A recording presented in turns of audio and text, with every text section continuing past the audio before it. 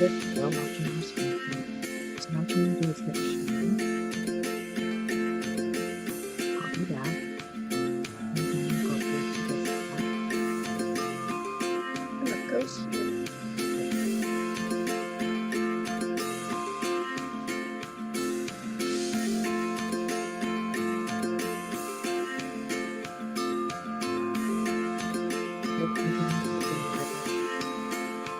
Haha, how good. So you're probably going to be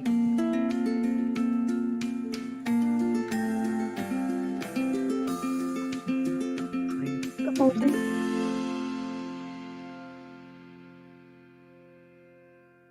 X that because that's yesterday's link and put in this one. Good.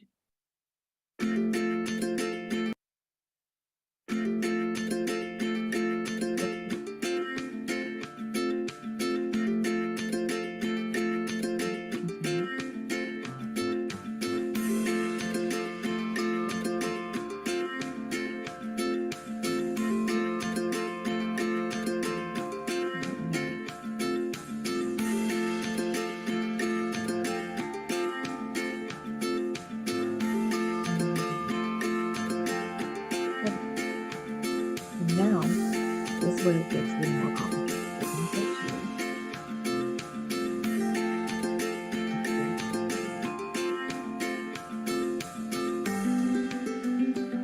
We're gonna go over here to themes.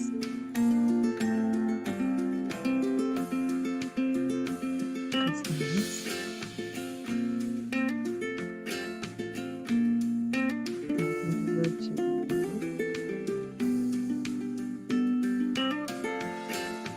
I'm gonna change the link here.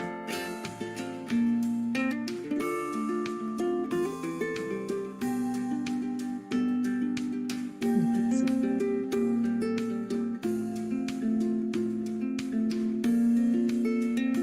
Now we're gonna go to open a new tab.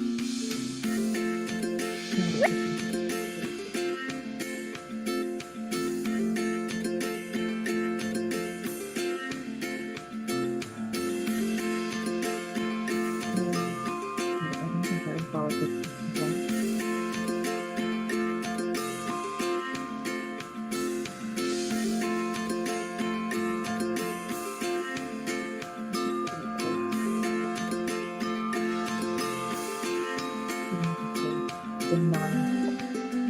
Just say we're live for Dean.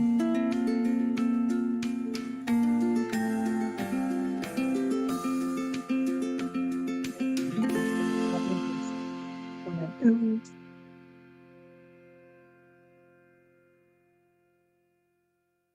And say not now.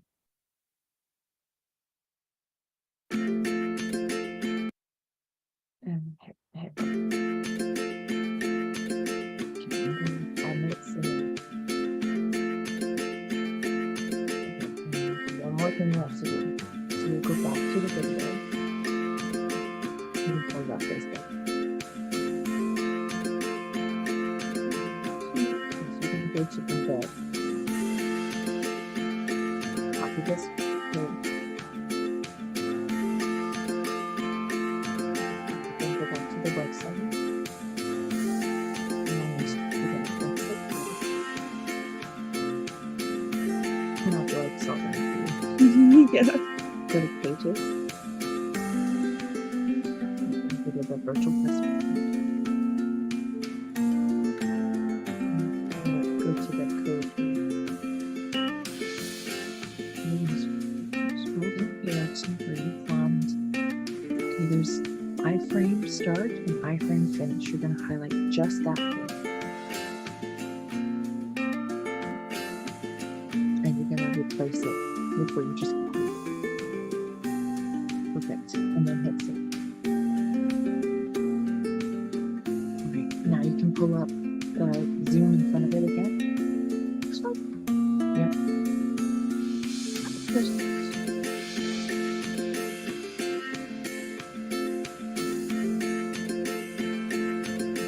Okay, that's because we're supposed to chat. Uh-huh.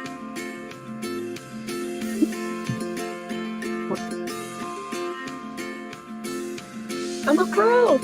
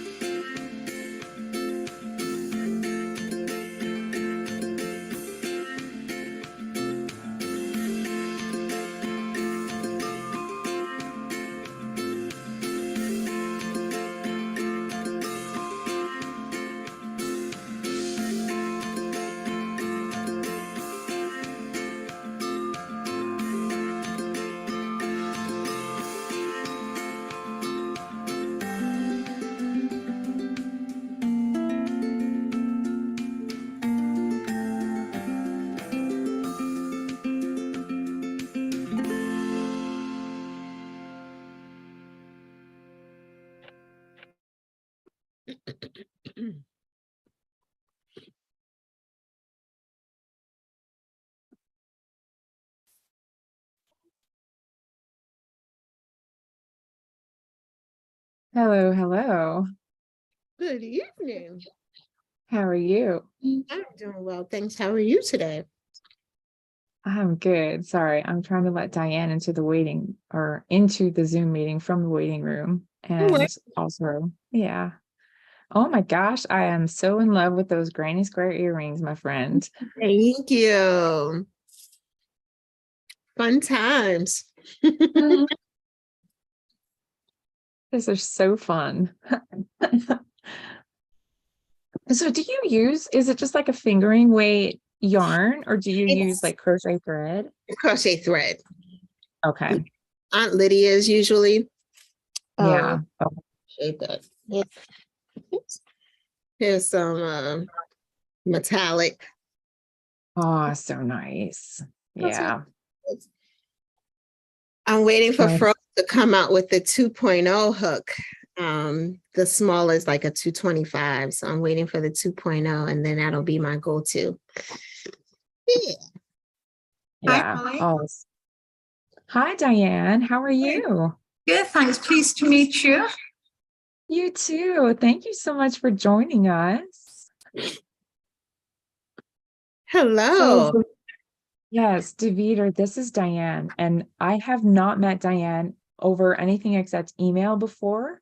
Her daughter reached out to me all the way from England and yeah, let me know about what Diane has been doing through the pandemic here in Edmonton, and I am so excited to hear more about what she's doing. Her project is called Craft for YEG, and I think you, Davida, in particular, are probably going to be so excited about this because, yeah, she's taken it sounds like it's sort of like boredom and retirement and turned it into a cause for good. That's awesome. Yeah. Do you Yeah. want me to tell you a little bit about it? Yes, Yeah, please please. do. Sorry, I'm getting a lot of echo. Mhm.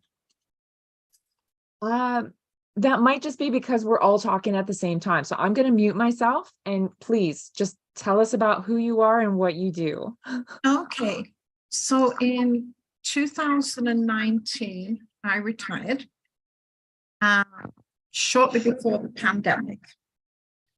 And every Friday, I talked to my daughter in England. And I said to her, I would love to get back into crocheting, knitting, sewing, all of those sorts of things. I said, but my grandkids are grown up now. I've got nobody to give this to. And she said, well, Mom, what about charity? And I said, fantastic, but I'm so slow. They'll have to wait a long time to get anything much from me. And she challenged me. And she said, I don't think you are the only person that feels that way. Maybe start a group. And so Craft the Egg was conceived. And we launched the group in June 2021. And just with a few family members. And in 15 months, we were up to 560 members. The aim of Craft the Egg is to support Edmonton and area residents in need.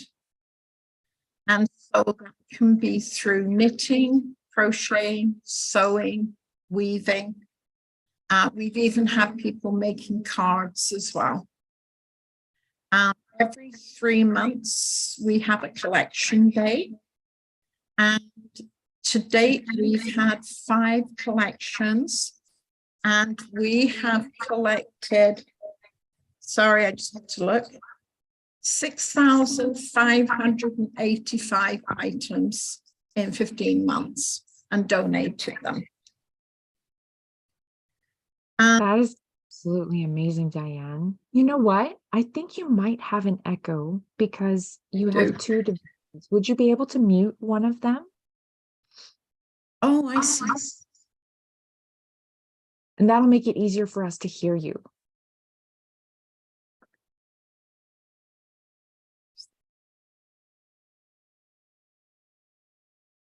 Now we can't hear you. Oh, because you've muted yourself. Don't mute yourself. Just mute the volume on one of your devices. Like for you to be able to hear yourself, not the actual volume, like not the. Can we try that? Can you hear me now? Yes, I can hear you.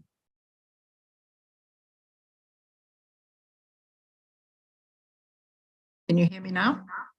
Yes. Yeah. So just the other device that you're not, that you like, the device that you have muted, just mute the volume on that so that you can't, so that you're not listening to yourself on it. Okay. Yeah. We'll try that. Okay. Anyways, carry on. Sorry to interrupt you. No, that's fine. I'm still getting an echo. I have a small working group of 6 people who have been invaluable, helping me do collections, helping me do deliveries, and helping me set up for our collections. I'd just like to recognize them, so I don't forget anybody. We have Pushpa, Gail, Leanna, Lynn, Kathy, and Sharon. And they've been helping by driving all over Edmonton and area, picking up things and dropping off things. That is really, really amazing. And then, and you guys, you don't just serve one demographic. Like you guys serve all sorts of areas, all sorts of needs for people at different stages of Absolutely. life, different things that people may need in different areas, right? Yeah, so we've when we set up the group, Amy, my daughter, and I felt that it would be really helpful to identify a few different groups, because we knew that we would have makers who might want to crochet, might want to knit, might want to do different things. And so we identified a few groups. So currently we're supporting people in hospitals. That can be newborns, preemies, palliative patients, and patients suffering with dementia. We are working with prenatal support groups for young mums, schools, women's shelter, homeless shelters, cancer survivors is our most recent group that's come on board, and companion animals. And part of our thinking too was that, I don't know about you, but when I craft, I might want to knit today, and I might want to crochet something different tomorrow, and I might want to sew the next day. And so you don't get bored making things. You can chop and change and make all kinds of different things.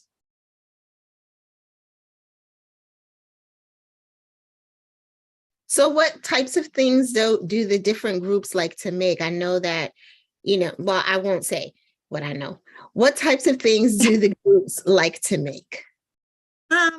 We get a lot of mittens and toques for adults and for children. A lot of fidget blankets and twiddle muffs for patients with dementia. Those are so much fun to make. Kennel curtains for the Humane Society. Dogs and cats that are rescued are very often quite stressed, and the curtains at their kennels helps to just allow them to feel safe. Blankets for babies, blankets for palliative patients. We've just started with cancer patients, and we're making chemo hats. So, a variety of things. That's absolutely beautiful. Where do you source your patterns? Do you have specific places that you look for patterns, or do the group members come with patterns? Okay, so I usually try and source free patterns when I put out an idea that, hey, we could make this or we could make that. I'll try and find free patterns. I also ask members if they have patterns, as long as they're not copyrighted, that we will share those on our Facebook page. Very, very nice. And you say you started out 15 months ago? Yes. And you all have made how many items? We have made and donated 6,585 items. That is so impressive. What is your, go ahead. So what I love about this group, though, is it's become a very social entity. We all chat with each other and share ideas. Mm-hmm. People get that contact when we go and pick things up and drop materials off. Mm-hmm. I was going to say, I think it's admirable, because during the pandemic, we weren't able to be together. We weren't able to touch one another. So even if you were just coming to the door to pick up a package, it's kind of like it's a human. Hello, a little chit chat. So I'm sure, that is so important and it makes so much sense. I really appreciate what you're doing, Diane, and congratulate you. Oh, thank you. Sure. Yeah, the people who are receiving your items are just so thankful. I am sure they are. I know what I was going to say is I know you probably make hats and blankets, but then you talked about all kinds of amazing things you guys are doing. Well, I didn't know about that. Someone else was on, Holly, who talked about the fidget things. Oh, I can't remember her name. Erin with Chaotic Night. There you Yeah. go. That's a whole nother area that I never even thought about. The fidget things for people dealing with dementia, living with that, having something that they can use their hands on. I'm sure that would probably be good for some autistic children or Absolutely. so children or adults with ADHD, giving them something to focus on. So that's awesome. You guys are doing an amazing job. Congratulations. And we're having fun. And you're having fun. Yeah. You can't beat that with a stick. That's awesome. That's awesome. Really good. When did you start crocheting or knitting? When did your craft life begin? I began knitting. I'm sort of smiling because I started knitting when I was 5, but I'm very left-handed and my teachers just tore apart my work. Forced me to learn to knit right-handed. And so I knit right-handed, I crochet right-handed, but I look incredibly awkward doing it. But it works for me. Wow. I always thought it was so interesting when I hear about people having to be corrected from being a lefty, that it kind of hurts my heart because it almost makes me feel like you're not allowed to be who you're meant to be. I think my niece, my grandniece or great niece, however you say it, my niece's daughter is going to be left-handed. And it's like just trying to figure out how to work with her so that she's comfortable, that she doesn't feel different. She doesn't feel like an other. I think there are so many things in life where we end up feeling like that. And it's not even our own doing. We have to make it work. But have you tried to knit or crochet left-handed? No, Yeah. no, it's kind of ingrained in me now to do it right-handed. Wow. But do you write left-handed? Oh, absolutely. And I sew left-handed. Oh, left-handed. Wow. That's Both of my granddaughters are lefties. Mm. And I found for them to sit opposite to teach them things. Mm-hmm. That's what I've heard from a lot of left-handed people. Tips like, flip your camera when you're watching a video and, having to find these tips and tricks. When you find them, I think it's awesome when people share them. So I think Coletta, she's left-handed, and she said a person told her, just sit across from the person and then you'd be able to pick up the crochet stitches and stuff. I think that's super cool. Good for you, Diane. Good. How old are your granddaughters, if you don't mind my asking? 16 and 18. Okay. And they learned how to crochet and knit from grandma? More from YouTube. Aren't we all YouTube students? I tell you, I wish YouTube gave out certificates. I'd have all the certificates. I spin wool as well. Apparently I do that the wrong way. Oh no. Apparently you're supposed to spin clockwise and ply counterclockwise. And I do it the opposite way around, or vice versa. Wow. Does it still work? Oh, it works. There you go. As long as it works, it doesn't matter. Who can tell you it's wrong in crafting, right? As long as it works, it doesn't matter. What type of fiber do you like to spin? See, I'm learning stuff, Holly, picking up some words. Yeah. No, no, that I have a favorite. I would think alpaca is probably my favorite. Okay. And merino wool. Merino. Everybody loves.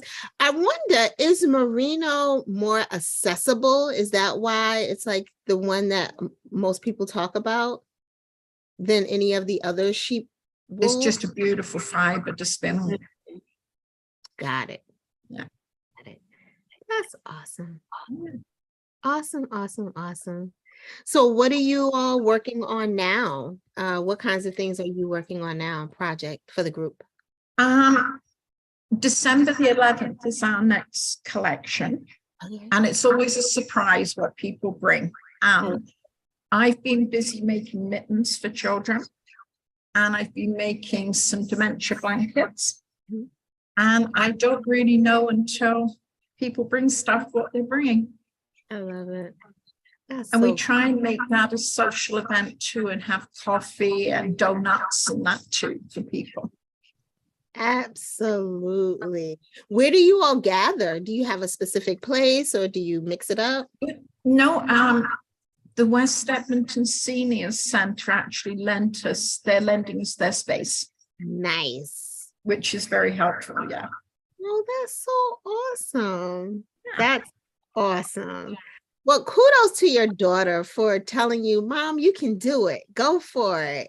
You know, we all need that little push every now and again. And I find that our children definitely can be our biggest supporters, which is so, such a flip in things, right? But And she really is. I mean, even from England, she helps out with my Facebook stuff. She makes things and mails them every 3 months for the group. I love that. That's awesome. It's wonderful. That's awesome. I'm sorry, I could just keep asking questions. Go ahead, Holly. No, I know. That's what I said at the beginning. I know you're gonna love our next guest because yeah, it's inspiring, right? Like I was telling our volunteer coordinator, like there's so much in the world right now that can steal our joy. And I love it when there's moments like this where like, yeah, there's the joy, right? Like there's someone that's really holding on to joy and making sure that the rest of the world can have a little bit of it up, Absolutely. So And with 560 members, I'm seeing that joy and kindness in a big way. 500. What did you do? Like, was there a clarion call that went out? Like, how did you get the numbers, to go so high? A lot of it was word of mouth. Some of it, though, was CTV News did a short blurb about us. Nice. And that got members. Nice. And we're always open to taking new members. I love that. That's awesome. Congratulations. Thank you. I hope the folks who are watching are inspired and would look to create something like this in their communities, find a way to impact your community. We love to knit and crochet and all the things, love doing all the things. So I hope that this inspires you to do it within your community. It's needed. Somebody wants to know wait a minute now. If someone wants to join the community, how do they do that? What's the name of the Facebook group? So you can go onto Facebook and search Craft for YEG, Y-E-G. And you just ask to join, and I can accept you. There you go. If a person isn't on Facebook, they can just email me. And my email address is Brody, BROADY 54 @gmail.com. beautiful. And I had put that flyer that you gave me, the PDF flyer, on the virtual festival page in your time slot profile. Oh, thank you. Yeah, so that they can, there's information in there as well, right? For for the kinds of things you guys are looking for people to make right now, right? Absolutely. Yeah. So, and that you don't have a specific season for things necessarily, right? It's like whatever you want to make, and then it's It's just what people want to do. Which I think is so good, because I know one of the things that I have donated in the past was actually I started a mystery crochet along with the crochet crowd, and it was a really cool pattern, but it was a mystery thing, and I thought I chose good yarn, but it was nice colors together, but I did not like how it was turning out. So I had all these granny squares, and I was like, no, this is not the blanket I want to make. So I was like, well, I just want to donate the squares, right? Because this is like, I don't want to use it for what I thought I wanted to use it for. And so like, yeah, having something like this to be able to donate for, at that time, it was actually people were collecting squares for the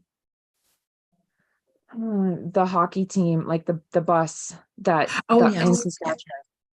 Yeah. So I donated it. Actually, it sat for like a year in my craft closet. But then there was a call that went out for like and I was like, I got squares. Let me give you squares. Oh, fantastic. But like, it's nice when you have that ability, right? Like, I got stuff. Let me give you stuff. Because, you spend time on this. You don't necessarily want to just, for me anyways, there's always value in being able to rip things out. It's just yarn. But at the same time, sometimes it's nice to give it to someone that will benefit from it. And one of the things Amy and I talked about was that a lot of people, there are barriers. They don't know what to make. They don't know where to take things. Sometimes they don't have the materials.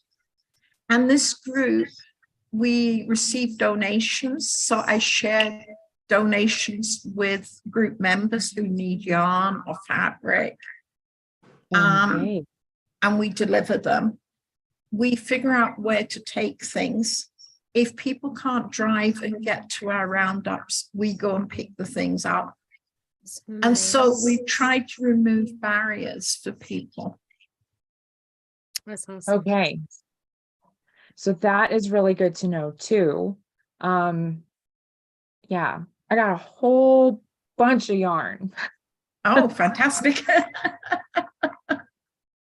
So I am guessing that there are probably a lot of people in our community here with the Edmonton Fiber Frolic that would probably be in that same boat. Like, you got yarn, you had a project in mind, and then you moved on and had other projects in mind.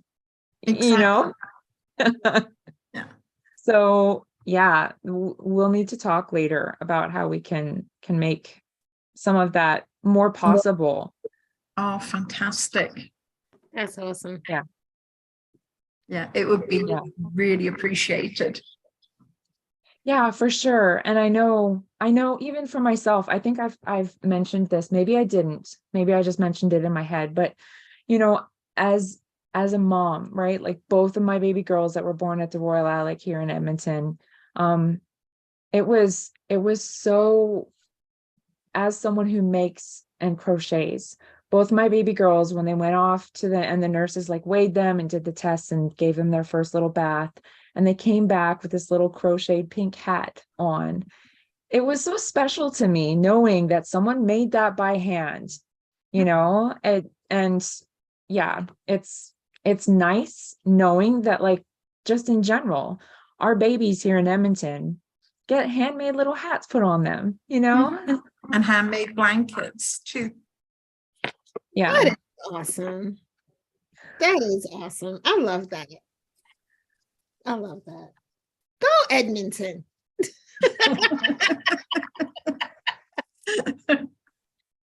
That's awesome. So yeah, okay. So Sydney has put in the chat your email address and the Facebook group. And like I've said, the PDF is available in your profile on the virtual festival page. I'm just looking to see if there are any questions further than that in the comments. I don't see any right now. Okay. But is there anything that we missed? Is there anything that you guys are looking for donations right now? Is there like a call for December 11th for particular items? Children's mittens, 0 to 6 years old. We're quite desperate. Okay, awesome. So children's mittens, 0 to 6 years old. Yeah. Sounds good. Do they need to be any particular sort of material or anything No, like they that? can be sewn, they can be knitted, crocheted. Okay. The only yeah. thing we ask is not to put the strings, the string that you put through the sleeve. Yeah, they prefer not to have strings on them. Okay. Sounds good. And yeah, Sydney has a great idea, which I totally love, that there can be at a future Fiber Frolic, there could be a drop-off bin so people can bring their donations. That would be wonderful. Thank you. And So, I'm and coming we'll to the Fiber Frolic on Saturday, so I hope I get to meet you. Yes, make sure that you find me, search me out. Okay, will do. Yeah. So yeah, we'll definitely have to make that happen. Is there a particular, do you need it to be like acrylic washable yarn, that sort of thing? Probably, an acrylic sort of yarn, something that parents can wash easily. Yeah, makes sense. Okay. Yeah, Craft for Yeg. I love it. I love it so much. Do you guys work with, I was just listening this morning to an interview about Santa's Anonymous. Do you guys work with them or any particular, or it's just? Haven't with them because I don't think they take handmade. Oh, okay. Unfortunately, otherwise I definitely would. Okay, well, that makes sense. But yeah, I love what you guys are doing. Thank you so very much, Dianne. It has been such a pleasure to chat with you. And like Davida said, for any of our listeners who are not here in Edmonton, there's so much opportunity to just do this. And obviously, clearly, you start something beautiful, people will come and join you. Absolutely. Yeah. And just to say, have fun doing it. Yeah. Thank you all so much. Thank you. Yeah. Thank you. Thank you for joining us and sharing what you do. This has been amazing. Thank you. Thank you, Dianne. Thank you. Okay. Bye-bye now. Good Bye-bye. night. Bye. Okay. We already have our next guests in the room. Ooh, astute guests. Yes. Okay. And I wasn't recording before, so I'm going to hit record now. It saves on YouTube anyway, but okay. Our next guests are familiar faces to our Fiber Frolic crew. Caroline Sommerfeld was with us last night, giving us an interview about her expertise and a studio tour. And tonight she joins us again for a trunk show alongside, I don't know, partner in crime. Katie. We're criminally, what is it? Co-enablers. Yeah. Yeah. Yeah. That would be the best description. Yeah. Katie from Atelier Nekozuki, who makes amazing project bags with Japanese fabrics. And I hear right after Fiber Frolic, you're heading off to Japan to do a restock. So that's exciting because Japan's been no-go for a long time with COVID lockdowns. So yeah, it's super exciting. They announced it when we were at Knit City about 6 weeks ago, and I was standing there okay, I got to book my ticket as soon as I have a chance tonight. So it's going to be a good trip this time. Yeah. That is amazing. So I know you guys have some collaborative work that you're doing, and that's part of why you guys wanted to do a shared trunk show time. So I'm just going to mute myself and you guys take the stage. All right. Sweet. Well, welcome to everybody who's joining us both tonight and who's going to view this stream later on YouTube. It's a lot of fun to be back doing a trunk show. It's a wonderful thing to do to get us in the, spirit of Edmonton Fiber Frolic, and who better to do it with than, as we both agree, partner in crime, Katie from Atelier Nekozuki. I'm not going to confess how many of her project bags that I have if she doesn't confess how much of my yarn she has. These things shall stay and remain a mystery. That sounds like a fair deal. Yeah. The fact that I might possibly have over 20 whips is not a dead giveaway. Okay, fine, I've lost count, so I can't even tell what it is anyway. Anyway, I thought that we could start the session tonight by introducing ourselves to anybody who might not know us. So I'm going to dive in first because I'm already talking. So my name is Caroline Sommerfeld, and I am a yarnaholic who has a hand dye company called Ancient Arts Fiber Crafts.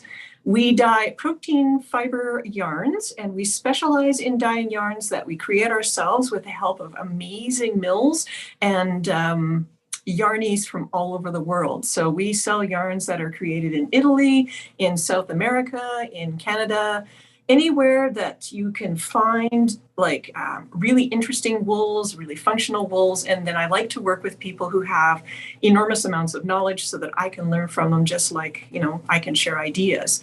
So some of our yarns are created in tandem with people who've actually been at this for many generations.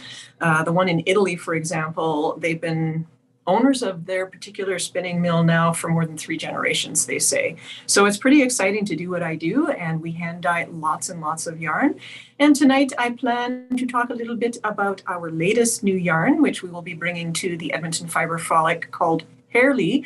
And Hairly is made with Norwegian wool, and I have some cute pictures for you and a rather funny story to tell you as well. So Katie, take it away. Yeah, so my name's Katie. I am Atelier Nekozuki, and I work for hand-selected Japanese fabrics. I was an exchange student there in university, and when I started making project bags, I quickly figured out that the cutest cat fabrics actually come from Japan.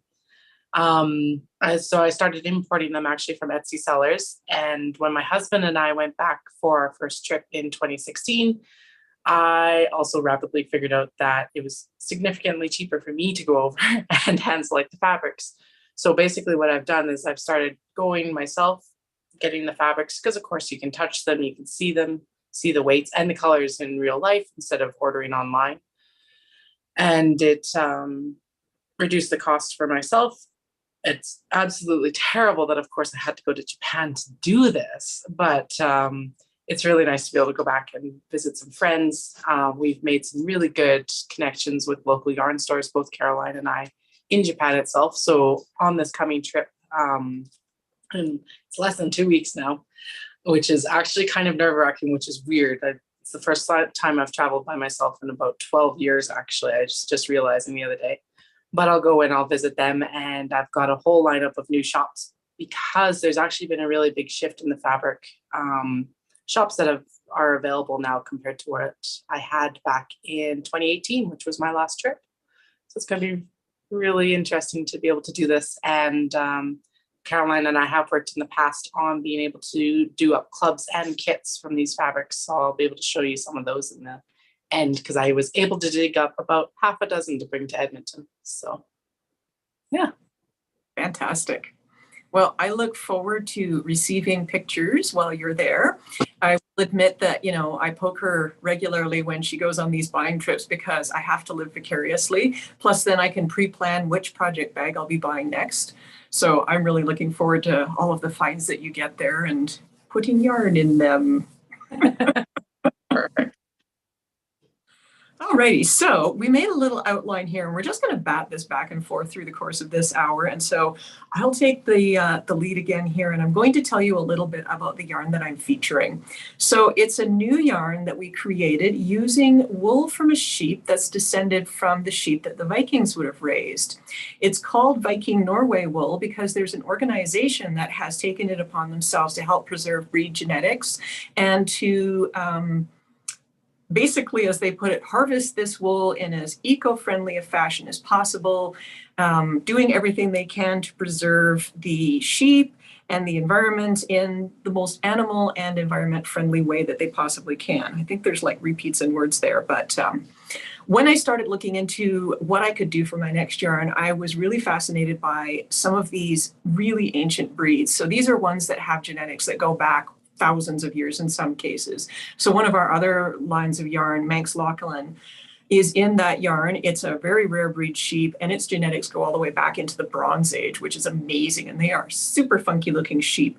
So I wanted to see what else was available, and I was looking for wool that would be suitable for a non-superwash yarn, and that would be really good for things like sweaters and, you know, cowls and outerwear and things like that, that you want to have maintain their shape and to last a long time. So I didn't want the, you know, limp and very floofy merino pure yarns, because they just don't last as long as some of these other wools that have a very long history behind them. So I came across this yarn, or this wool rather, and who can resist wool that's harvested from a sheep that descends from the Vikings? I mean, come on, Vikings, that's really cool. By the way, on the label of the yarn, there is actually a logo from the Viking people, and it has a horn helmet, which I was like, you're Norwegian, you should know better. They didn't actually have horns on their helmets, but it's super cute and super cool. So anyway, sourced this wool out and then did a bunch of tests to develop a really nice yarn. So we started off with a DK weight, because that's one of the most useful if you're making sweaters weights that there is, and combined it with some merino to give it some softness and some loft. But it's turned into a really fun and exciting experiment in terms of yarn, and it knits up so nicely. But I have to show you some of the sheep, because there's a little funny story that goes along with them. Let's see, I want to set up a screen share here. And why are you trying to give me all the pictures there? That's better. No, stop it. It's always fun doing these for the first time after a hiatus, because your computer will start acting in a somewhat goofy fashion. Come on.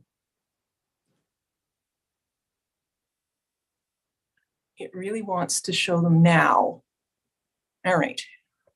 We're just going to skip the one giving me trouble.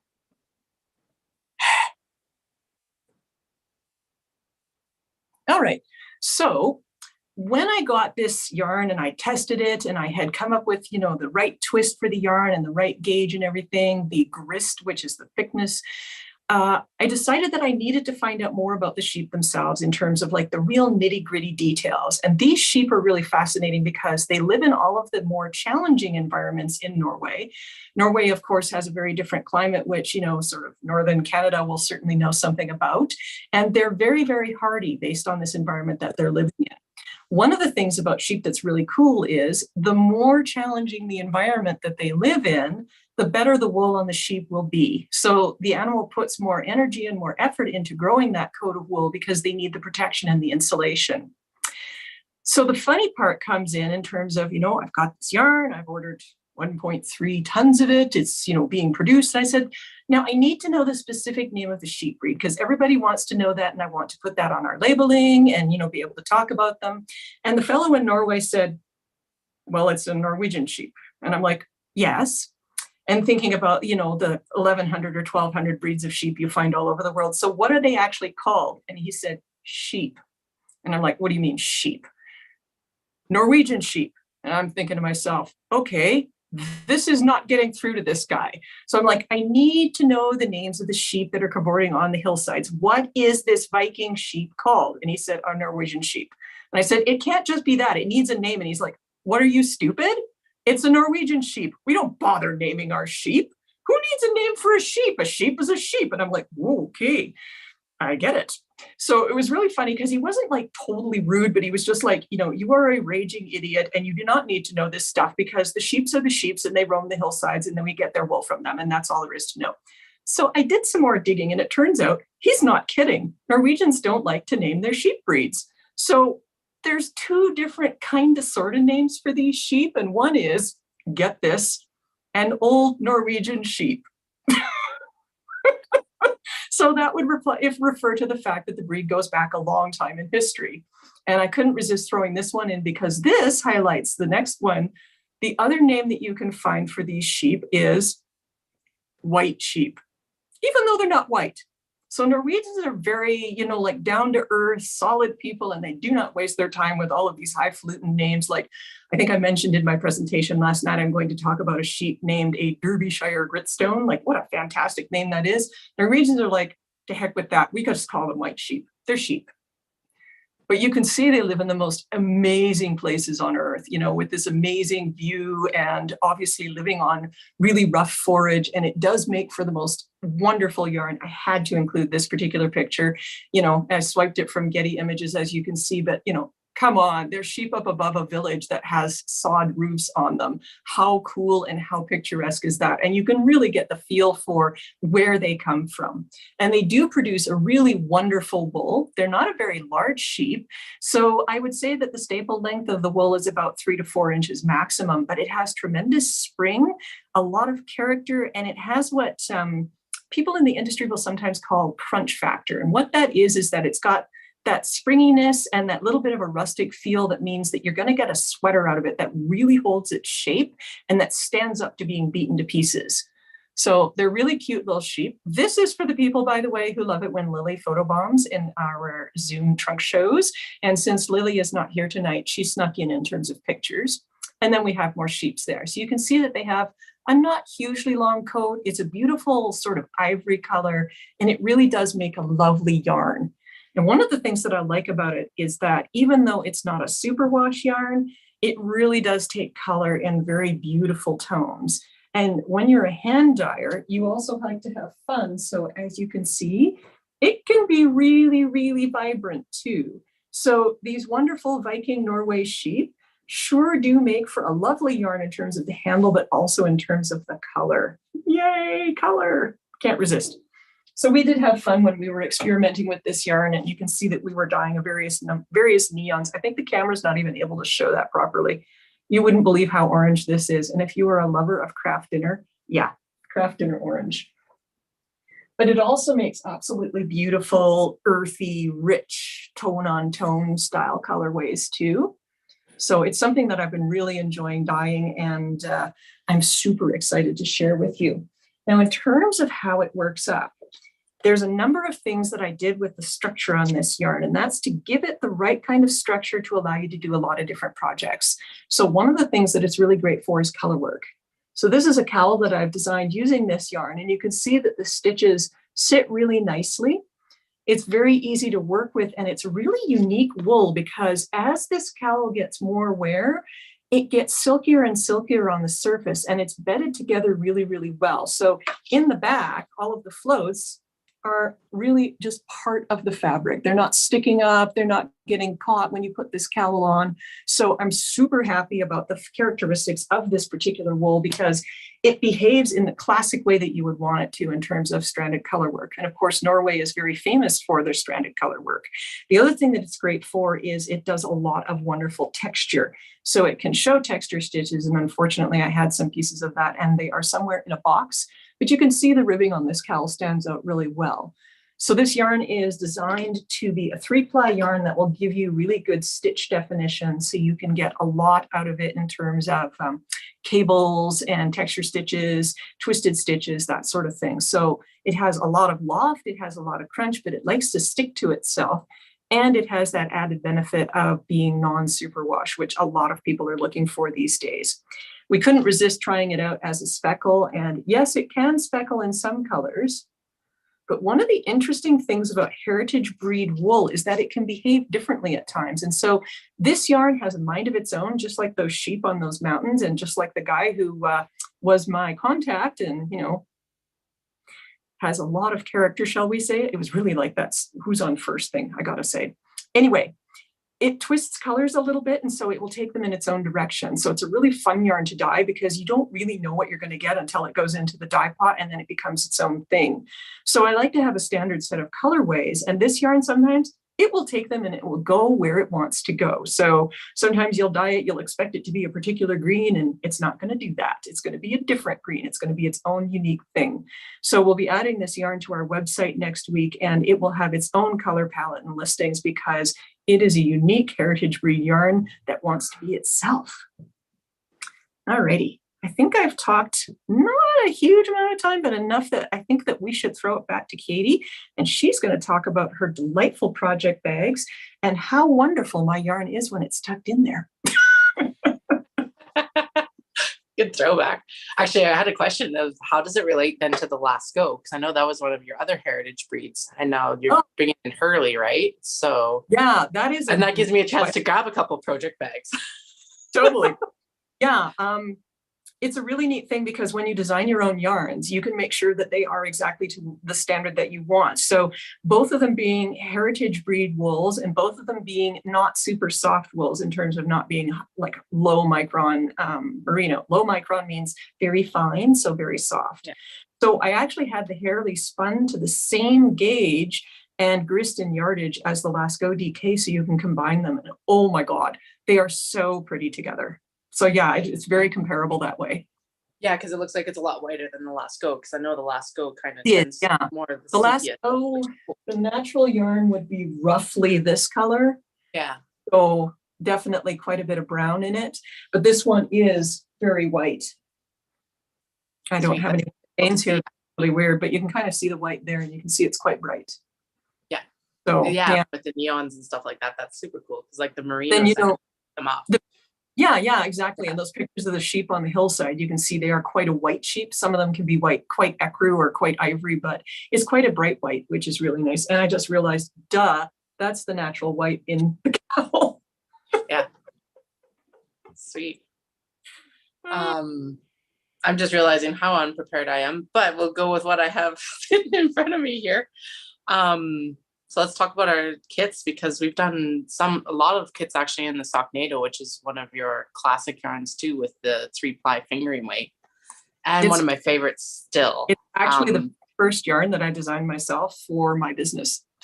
Yeah, I did a yarn design as a hand spinner, but it was the first one that I worked on with a mill. No, and it knits up really nice. Like the sweater I'm wearing right now is paired up with some mohair silk, which is awesome. And yeah, and our kits have turned out really nice in that, because you've done stuff like the kittens and cookies. You can see the colors there have picked up really well. The ring lights probably making it a little bit bright, but when you hold it inside the bag here, it looks really good. So the way that we work these is that Katie gives me a challenge. She'll send me a swatch of fabric and she'll say, make the thing that represents the fabric. And so then it's on me to dye yarn that's going to both look like the fabric, but when you knit it, it's got to look kind of like the fabric too, right? So yeah, it's a really fun challenge. Yeah, and we talk when I'm in Japan and stuff like that, and I'm standing in the fabric store being like, this looks really cool, but can you dye it? That's always really fun. You stand in Tokyo and you're like, Caroline, are you still up? I don't know. We'll try.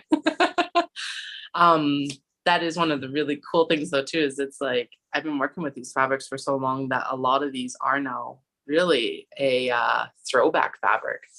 So like, I think this one, we started designing colorways around this in 2017. Mm-hmm. Actually brought the kits out in about 2019, 2020 sounds about right. And we've actually worked on other colorways that are also quite a bit blockier, which have been really fun too.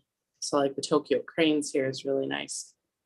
A lot of my, like, by the way, there's a whole thing about, Katie has a sock pattern that I'm going to mention in a moment here, but for those who assigned pooling type knitting, which is really popular these days, the color is perfect for it.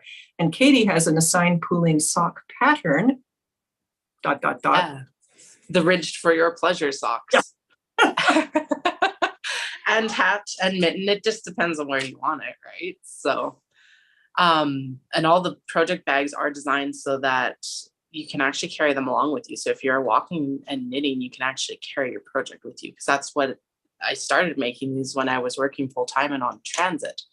So you could connect them to yourself so you don't lose your project, or if you've got like a 6-block walk or something like that, you're able to kind of keep them with you. And then most of them are designed for smaller projects, but we go all the way up through large project bags for sweaters, right up through the long sleeves, and then also for big chunky tote bags as well, which is super fun for the blankets. Or, you know, if you've got like a Stephen West shawl that's going to hang down to your knees, back of your knees when you're 5'8", that's also good for it too.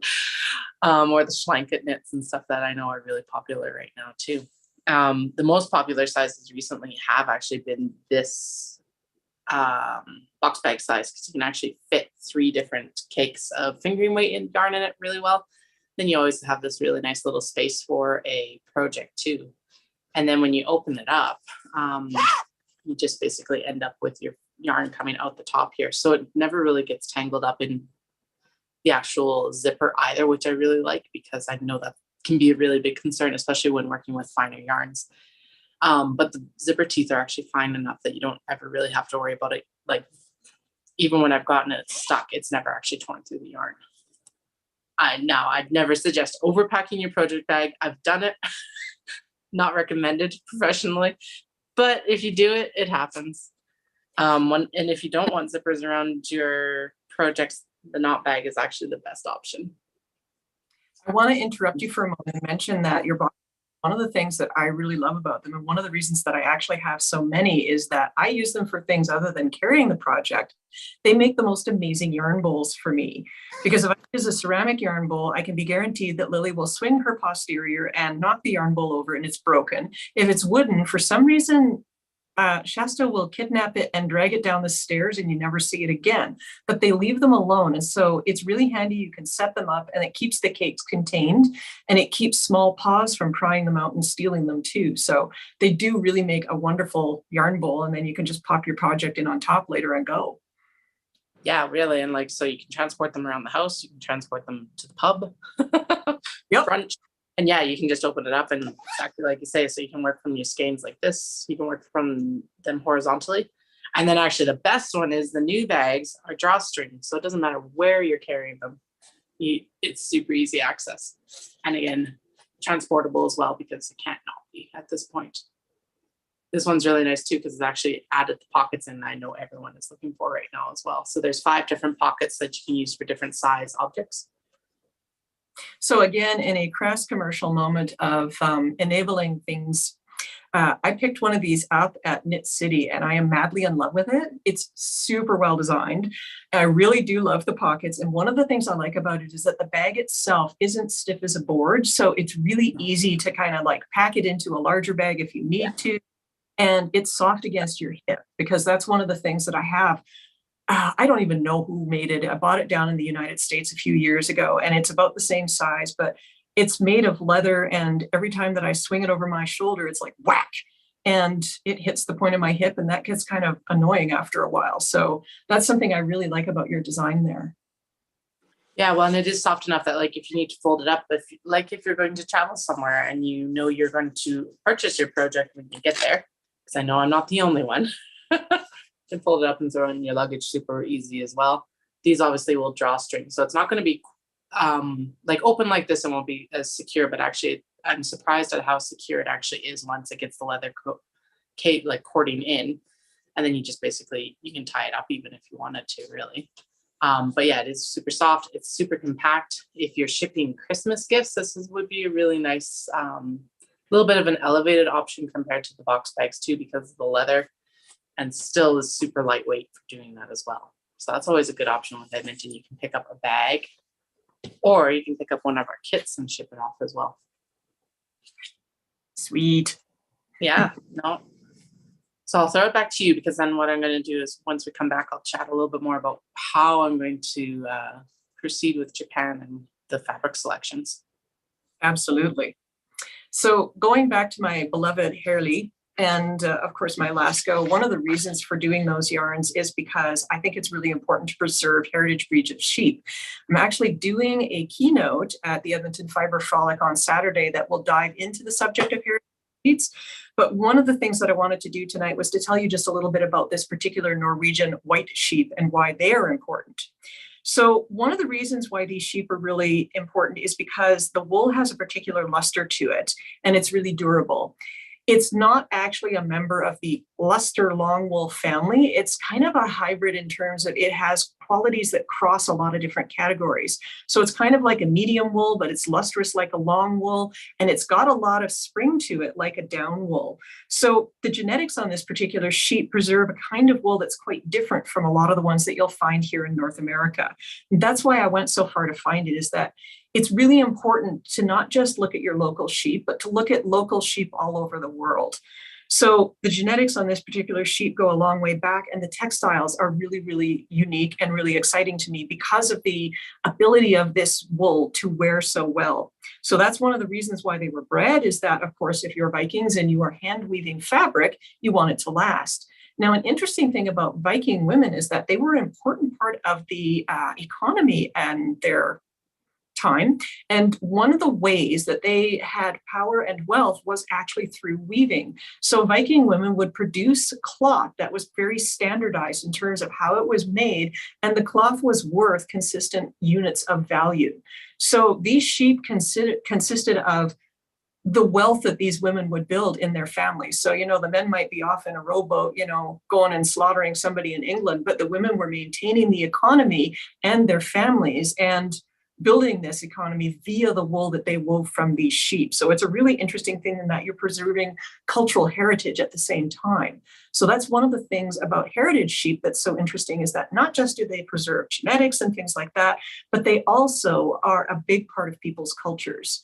So a lot of specific small breed sheep might be tied to very specific cultural practices, or they might help to bind people together. And in this case, like I say, it was really interesting to see what Viking women were doing with themselves. They weren't just sitting around and waiting for the men to bring goodies back. They were actually probably more important to the economy through their weaving and their sheep raising and so on than the men were at times.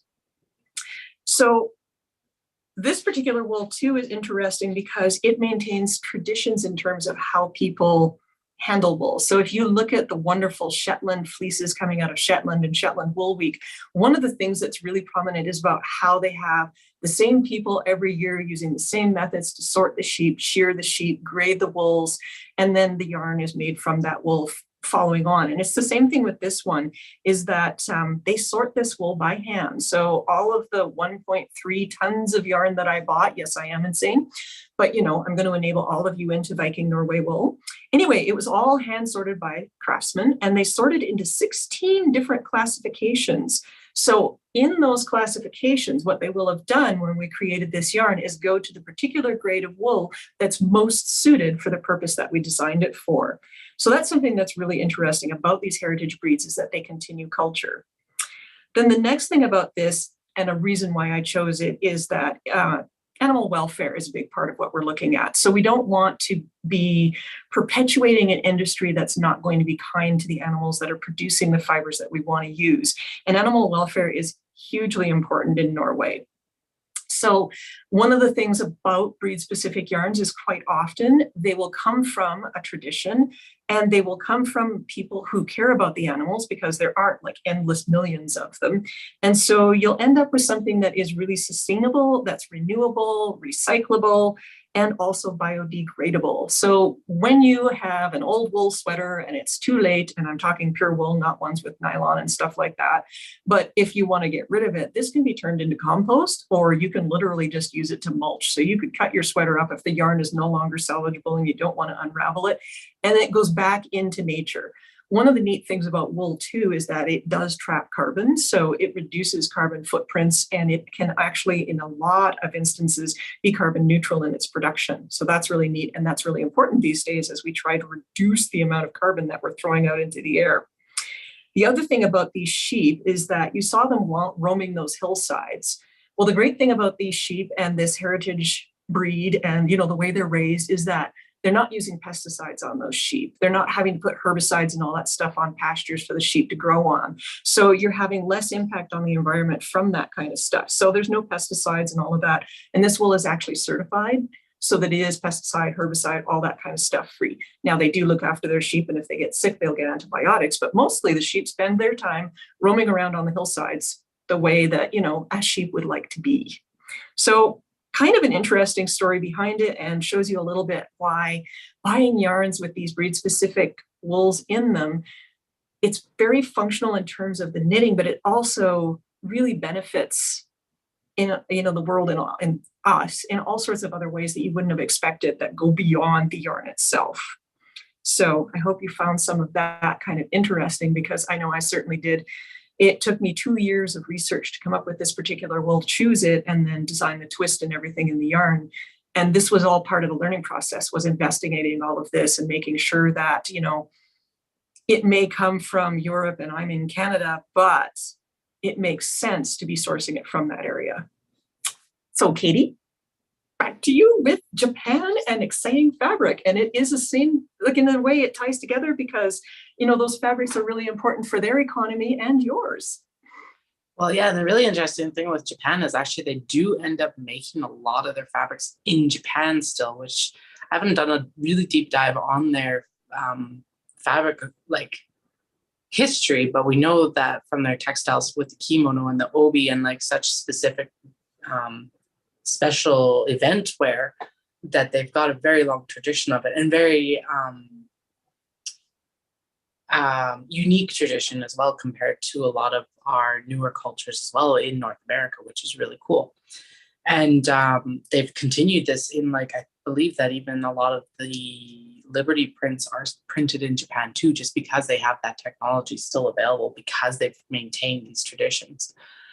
And my leaning more is definitely the aesthetic part of it, because it's very unique. You can't find it here, obviously. There is a reason why I go over, besides the history that I hold with the country as well. It's just the aesthetic of it that they hold is so different from North American fabrics. I still work with some North American fabrics, particularly for my prototypes and stuff like that. But when you end up going in and getting stuff like this, there's no comparison for myself. And so the big reason that I ended up deciding to go to Japan originally, as I mentioned at the beginning, was the cat fabric. So Nekozuki is cat lover in Japanese. At that time, I had 3 cats, and it fit with what I've enjoyed my whole life with cats. And that was the first draw for it. And then it just kind of I was able to build on it because of the exchange as well. So I already had a history with the area. I ended up going down into typically Kyoto, Osaka first. When I was on exchange, I was at Kansai Gaidai University, which is literally halfway between both of these really historical cities.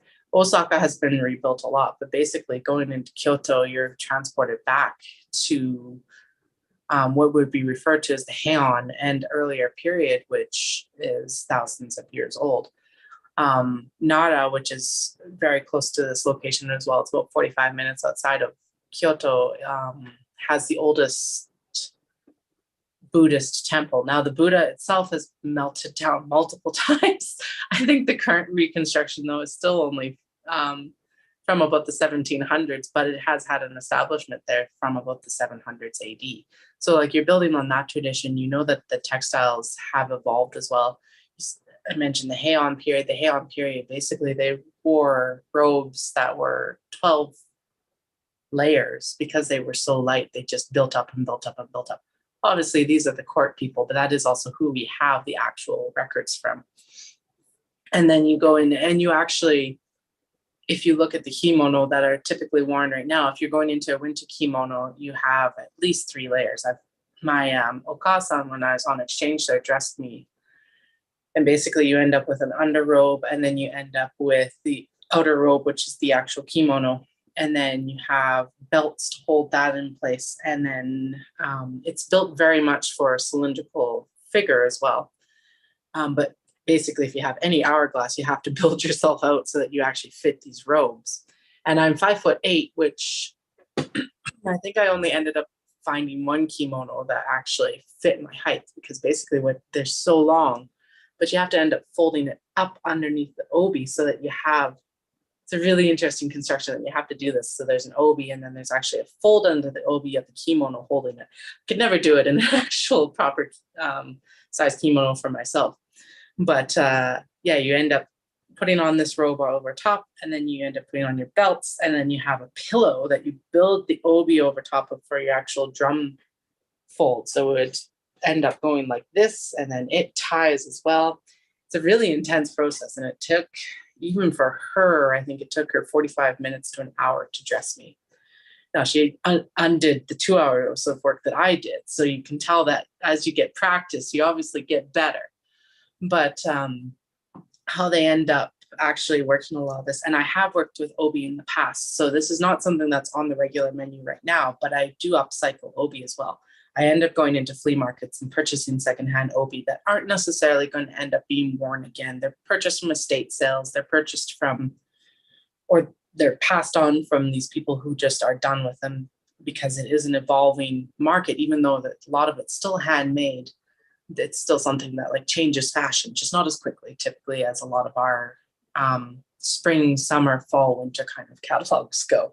But there's shifts in it regularly. And so I've worked with those in the past, and they're always very set in the width that they are. So our quilting cottons are typically 42 to 44 inches. Or if you get your garment sizes, they go up to 57 to 60 inches.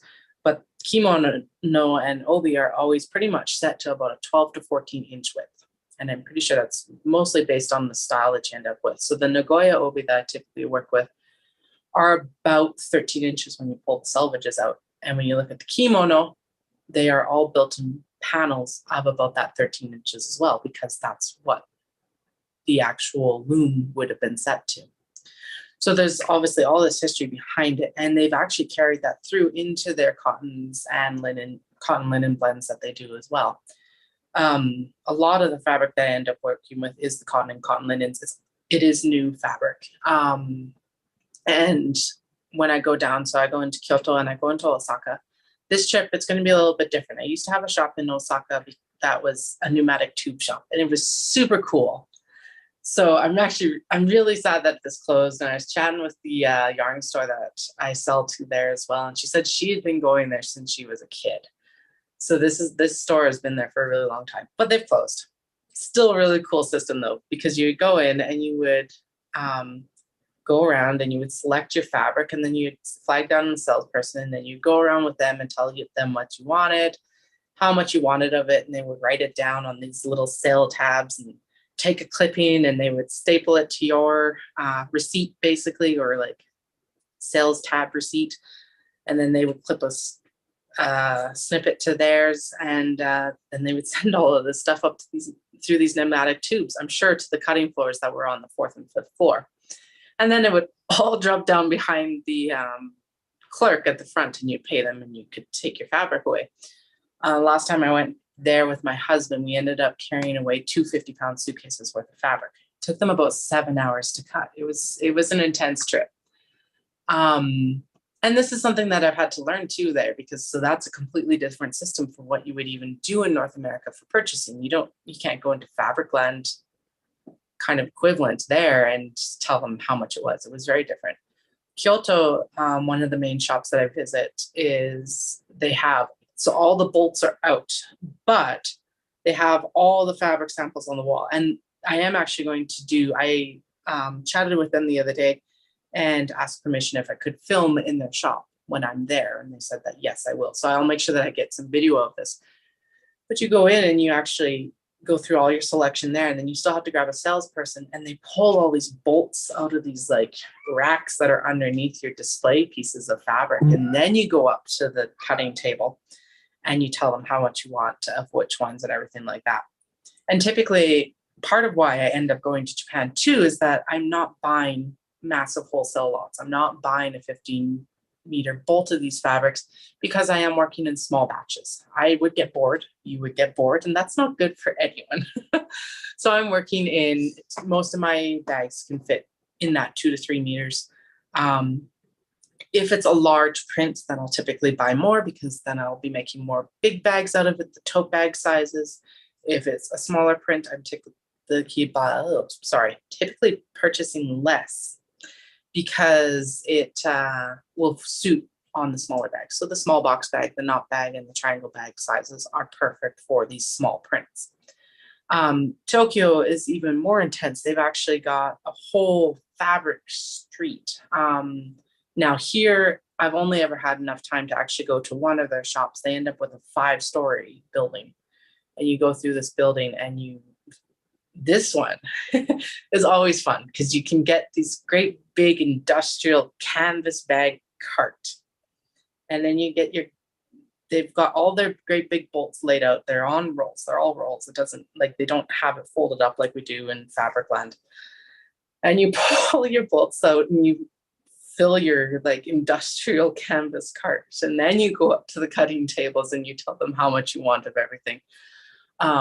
So that it's been different every like shop that I've gone into, and they all look at me slightly like you're crazy, because I end up going into these shops with this great big hostel backpack. Basically, I'm not dressed like a hosteler. I'm dressed like I am right now. I've got a nice hand knit cardigan on.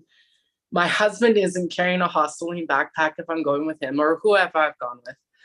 And it's always like, well, what are you doing with this backpack? And that's what you do. You pack this backpack full of fabric. We figured out last trip that backpack will hold 75 pounds of fabric, and that works out to about 150 meters. We've got this figured out now. So that's part of what's also playing in the back of my head as I'm making the selections, is what fits in with what I want to make within the bag sizes that I typically make, and then what can I actually physically carry home, because of course there's weight restrictions on the luggage. But it's always an adventure, and you've seen the debate that I've had as I've sent you photos of like, okay, Caroline, this one or this one, especially with our kits and stuff like that. So it's really fun being able to do that too. But yeah, it's going to be a really interesting trip this time, because there's been a lot of shifting for businesses, fabric, food, hotels. So, and the yen is a very good exchange rate right now. So I'm very excited for that too. I am very excited as well. I may have to dash a few so that I can, sample the new ones to give a completely unbiased review. That's my story, and I'm sticking to it. Yep. Like that's never any of. That's one of the things that I found really interesting when I first met Katie, is the fact that the fabric in the bags feels so very different from a lot of the fabric that you see in North America. It's a different quality. And one of the things that I find really cool about them is I've washed some of these bags quite a bit, because I do have one cat who thinks that, actually this is meant for her to sleep on. And so she will go and she'll scrub around in a plant, and then she'll go sit on the bag, and so it gets washed quite a bit, and they never shrink, and the fabric never looks worn. But if I did that with a lot of the cotton stuff that I've got kicking around that I might have bought in Fabricland, it's a whole different kettle of fish. So yeah, it's a really different and really unique experience, even just own some of that fabric. I've found that working with it compared to the Fabricland is that it's typically, even their thin quilting cotton is thicker, and it's got a lot more body.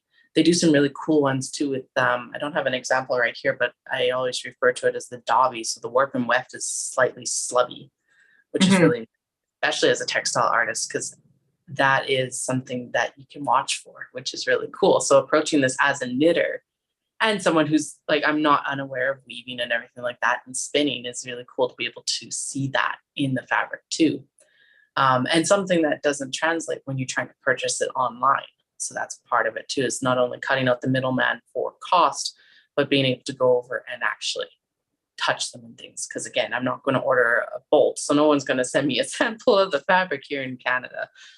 So yeah, so that's something that also like plays into like, what is this going to work for, especially as now building on with pockets. And I do end up now working with, all my exterior fabrics are Japanese, but then all the bits and pieces actually are sourced from Canada. So the interfacing and the canvas and the rivets and the leather and all those parts are all Canadian, because it has to be partly. It would be really difficult to source that overseas. And then I'm supporting our local area with that as well. So all my hardware ends up actually coming out of Edmonton with Emmeline bags. So that's a really cool kind of circle back as well. Yeah, that totally is. That's an interesting thing that you mentioned there, because I realized that's part of the extreme appeal that your bags have for me, is I'm a very tactile person. Like, I can sit here and nobody can see me right now, but I'm fondling this cowl because I like to touch yarn. I like to touch interesting yarns, but yeah, I tend to pet your bags, you know, sounding like a weirdo here, but I'll hold them in my hand and they're not boring. They're really interesting just to touch. So yeah, the fabric is so different. It's not that slick mercerized feel that you get from the cotton here. It's different. It's interesting. It's sort of like not 2D, but 3D, you know, if that makes sense. More interesting overall. But I also like the idea of, you know, some of the local too. And I will admit that I make sure that I buy a lot of things as locally as possible too. So we do have a local yarn base, but that mix, I think that really, it brings a lot of really interesting and additional highlights, shall we call it? To the Hey, you got to have both because it's all different. Yep. So we have about 13 minutes left. I was wondering if anybody has some questions. I know I got asked some really great ones last night. So I thought I'd throw the floor open and see if there's questions for either Katie or I. I do also have a cat. She's been sitting here. So all my black cat bags are called Sassy Cat. This is the Sassy Cat, the OG one. She's 10 pounds soaking wet, maybe, if you could get her in a tub. She's actually the original one. That's why we ended up adopting those two. I think you've probably heard this story, but you know, it's worth telling again. We went into Calgary Humane Society because we bought our house. We were finally able to get cats. And I've wanted cats for years. Thankfully, it was the make or break with my husband, with Dallas. If he'd been allergic to cats, we wouldn't have stayed together. But he wasn't. So we went in for this cat. We said, okay, we're going to go in for one cat. But if we get a bonded pair, that's fine. That's fine. We'll go with the bonded pair. Walk in first, they call them kitty cabins at Calgary Humane. And she stood up against the window and screamed at us, literally. You could see her mouth open up. She's this itty bitty cat. We're like, okay, well, she's cute, but we'll go look at the rest of them. Do the circuit. There's no other cats for us. And I get back to the front or we get back and we're like, go up to an adoption agent and we're like, we'd really like to see the little black cat at the front. And then they went, she's out? We haven't seen her out all month. And we're like, there's another cat in there? Turns out that she had never been out, but our gray cat that we adopted with her was actually hiding under the chair chilling. These were not bonded cats, from what I could tell. But we called that her scream of terror. She still screams at us. It's the tiniest little voice. And that's why we ended up with these two cats coming home. Now we've got her and a great big Norwegian forest cat who is also sleeping on the project bags. I make sure that we lint roll these all before they go out at this point, because there's no way there's not cat love in this studio. See, that's kind of fun. That's, you know, again, one of the things that kind of binds us together is that your business started with your cats in a way like that they're tied into the beginning. Well, weirdly enough, that's the same for me, because where my company came to notice really came to people's notice around the world was actually because I do cat yarn.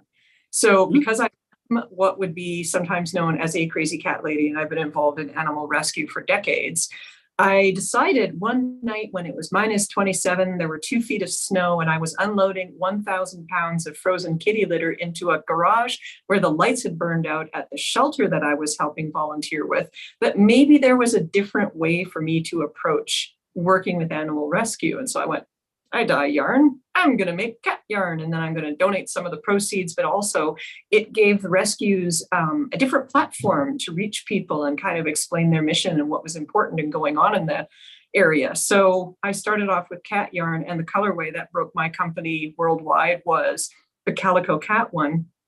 It was kind of a crazy experience because it got picked up by a massive blog that had 6 million followers, and they all went, oh my God, I need calico cat yarn. So they started ordering it, and my husband and I were actually on a vacation on Vancouver Island, and all of a sudden we started getting this blow up of notifications on our website. Now, luckily, we were smart enough to shut the listings down before we got in too deep.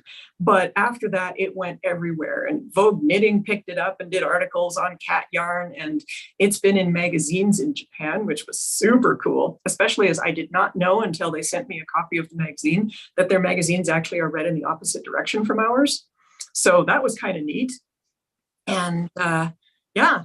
It has continued on from there. I actually have 20 or 22, depending on whether I'm willing to dye some of them or not, cat colors. And then of course we had to expand into dogs, but they were all based off of rescue cats. So rescue cats I've known, or rescue cats who adopted me. The proper term for it is foster fails, where you're fostering them and they say, I'm not leaving, and they hang from the ceiling and rebuke to you trying to find them a good home. So yeah, they all had their own colorways. Even Miss Lily, who is, who was our photobomb for the evening, she has her own color called Tuxedo Lily. I just kind of regret having done it because it's really complex to dye. I see that Sydney has 2 foster fails and a Kijiji cat. Yep, it's the way it goes. Yep. I still remember, so the actual logo for Nekozuki is based off a calico Ouija. You've seen the labels, but I have some of your calico cat yarn on BFL from the 900s or something, like 2000s. It's really young. Because I remember that. Bring to is lot numbers, and so we're in the 30,000s. So that was a long time ago. That was my first ancient arts, and yeah, it was about the same time, because I was like, oh my goodness, this person is dyeing this in Calgary, and of course living in Calgary at the time, I'm like, this is weird. That was actually my thought process. I was like, I hope they're legit. Well, I still dye, and I still donate the proceeds, well, a portion of the proceeds, because I have to pay my staff to Animal Rescue. We do donations a couple of times a year, and we donate to a number of charities, which, seeing as this is going to be streamed, I'm going to put a plug in for these rescue groups. So in Calgary, there's Meow Foundation, and then there's one that actually covers both Calgary and Edmonton, and it's called ARCS, AARCS. They're a fantastic group because Meow Foundation, wonderful people, been working with them for 20 years off and on. But the thing I like about ARCS is the fact that they cover a broader territory, and the fact that they take both cats and dogs.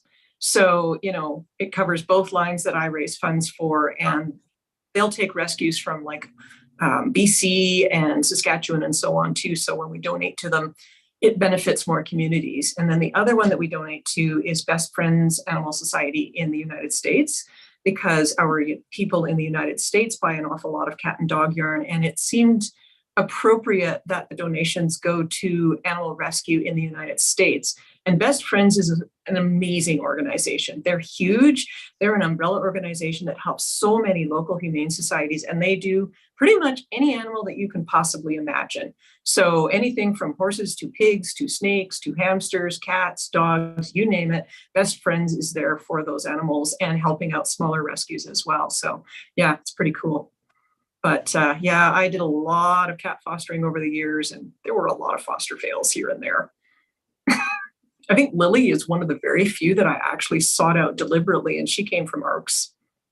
But it was a deliberate, not a foster fail. Yeah, I remember that dilemma. You came up to me right after we'd gotten back from the big trade show, and you're like, look at this kitten, should I get them? I'm like, oh yeah, of course you should get them. That little tiny Sprite, and she was on a farm, and I'm like I'm not going to take this kitten because I have a lot of experience with raising little kittens. And then she wanted a mom so bad, and my older rescues were like, oh no, talk to the paw. So we got Lily as a companion. She's only 4 days older, but she still acts totally like Sprite's mom. I caught her last night scrubbing Sprite's ears out for her. So, mom cat. Yep.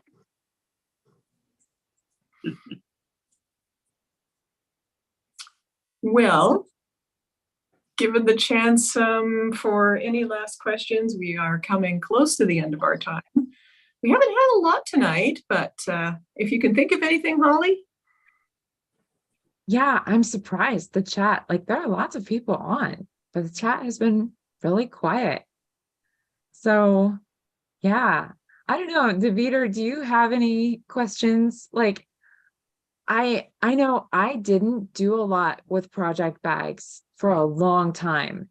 Are you one of those people who likes project bags? Yeah, I stick it in whatever bag I can find. So just listening to you ladies, I'm like, boy, I need to up my project bag game.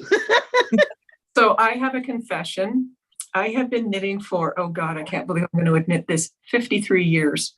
And my project bags were like Safeway bags, you know, the ones that are plastic. And if you bought a set of sheets and it came in plastic, then it would go in there. And it's all Katie's fault that I'm addicted to them, because when I found her bags, I was like, "Ooh, this is kind of cool. I got to try this." And then it was like, that's it, game over. Now I love project bags. Well, they're good for the environment. They're reusable. Yeah. If you cut the zipper out, you can compost it. It's cotton and cotton linen, you know. And they are machine washable, which for me is the best thing, because I've spilled pizza sauce on this bag and my project didn't even know it. Well, and I have to admit that, you know, like I'm a cat person, and so Katie's cat fabrics they're kind of, you know, they're my weak spot. They're my Achilles heel. That's the phrase I'm looking for. So one of the reasons why I've been able to justify getting more of them to myself is I actually use them for a lot of stuff. So, you know, I'm always plugging them because they're so cool. They're so pretty. But then, like, when I pack my suitcase to go somewhere, so when I pack up tomorrow for going to Edmonton Fiber Frolic, I use them to organize my suitcase as well. So I will put various different things that I want to be able to find in a project bag. So, because it doesn't have to be for projects, like, you know, the socks that always disappear in your suitcase. So they'll all get their bag, and, you know, et cetera, et cetera. So they have a lot of them for like packing cubes. Yeah, exactly. Good reminder that I got to pack for Edmonton tomorrow. I have laundry. Yeah, that too. Okay, we do have a question. Somebody wants a hint about what December's color of the month will be. Oh. December's color of the month. We are heading to the Northwest Territories and Nunavut, and I want you to think about the landscape and the season.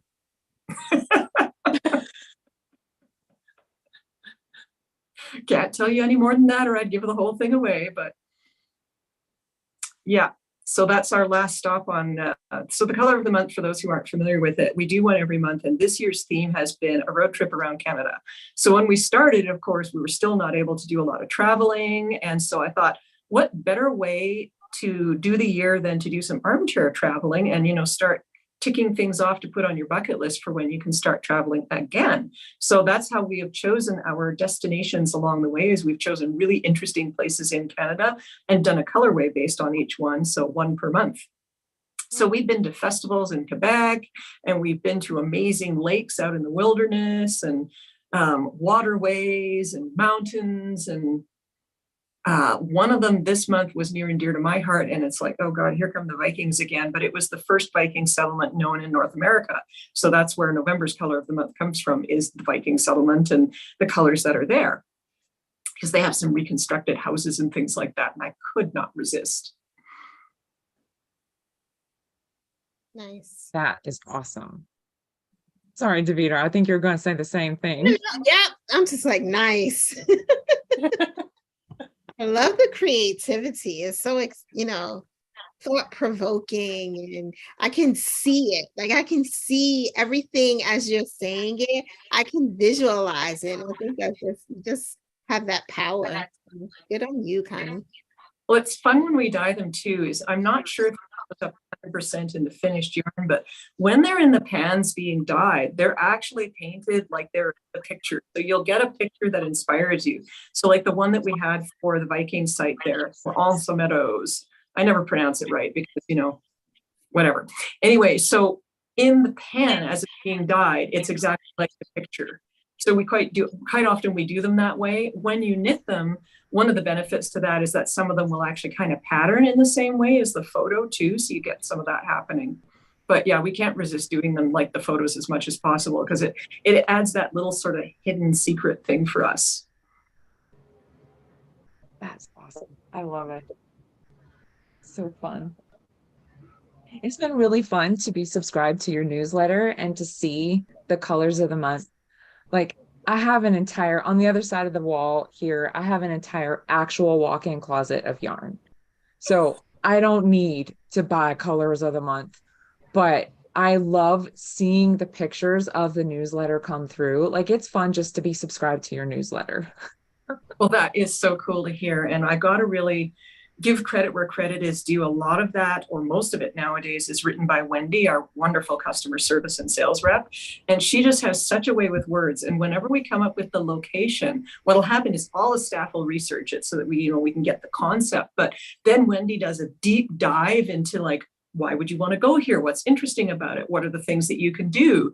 So for example, the one that was for PEI and French River, she dove deep into like all the reasons you would go there, but then it happened to coincide with the hurricane. So then she looked at, news articles and so on and what had happened and what was going on. And it was actually out of that research that, we decided we would do charitable donations for hurricane relief. But she is amazing and comes up with the best stuff for those newsletters. Like I'll say, hey, Wendy, what do you think about talking about X? And then she'll like go and, like I say, do all the research and the writing, and it'll be amazing. And I'll be, oh, this is a good newsletter. Yeah. Yeah. Your newsletters really are. Like you talked about last night, you have an incredible team. You really do. The newsletters are, I look forward to them on Friday afternoons. Well, Wendy will be delighted. And I don't know what I'd do without her. I really don't. All of my team are just amazing people. I'm just so lucky to have them and be working with them. I learned so much from them, as well as, being able to kind of like, oh, look, I'm going to teach some stuff. That's awesome. Yeah. So thank you, both of you ladies. I loved this so much. And so did Kylie over here. Yeah. Kylie kind of sits on the floor and moderates comments and helps me out with all this. And Kylie put in the comments here, like, yeah, Kylie's dream is to go to Japan. So Kylie was literally over here like, I'm going to like stow away in the suitcase when Katie goes to Japan. Make sure she comes chats with me at Fiber Frolic, and I can definitely give her some hints. More than happy to. And show her some more photos. Usually I've got a whole slideshow, but I kept it a little bit more low tech tonight. So that is awesome. Yeah. Okay. Well, thank you so much, ladies. Links are in the comments, and then there's also links to your websites on the virtual festival page. And obviously both of you guys will be at the Frolic. So can folks order on your website ahead of time and pick up at the Frolic? Is that an option? Yeah, if they contact us, then we can do that. You would have to contact us directly because our website doesn't have a pickup option right now. We're actually going to be doing a website change that will allow us to offer those sorts of things, especially with an in-house site, so people can do pickup. But if you message us or email us, we would be happy to set something up and arrange pickup. You just got to do about 3 p.m. Thursday, which would be tomorrow, or by then the yarn is packed and it's kind of too late. Okay, awesome. And kind of the same for you, Katie? Yeah, just basically, do you know what the best way to get a hold of me is? DM me on Instagram. Let me know either you're placing or you've placed an order, and then I can set it aside. Actually, right up through to Saturday morning, I'll be able to pull stuff.